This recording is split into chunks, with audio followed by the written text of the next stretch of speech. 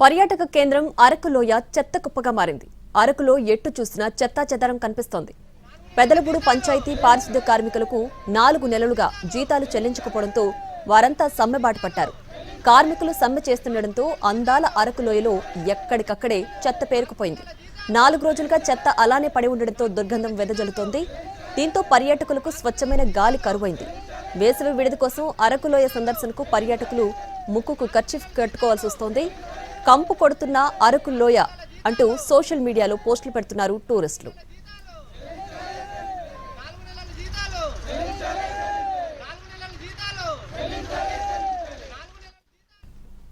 పెదలగూడు పంచాయతీకి ప్రస్తుతం పాలకవర్గం లేకపోవడంతో అధికారుల చేతుల్లోనే పరిపాలన కొనసాగుతోంది. అయితే పారిశుద్ధ్య కార్మికులకు జీతాలు చెల్లించే దిశగా అధికారులు చర్యలు తీసుకోలేదు. కనీసం చెత్తను తొలగించేందుకు ప్రత్యామ్నాయ ఏర్పాట్లు కూడా చేయలేదు. దీంతో తక్షణమే జీతాలు చెల్లించాలని కార్మికులు ధర్నా చేస్తున్నారు. మరోవైపు భిక్షాటన చేస్తున్నారు.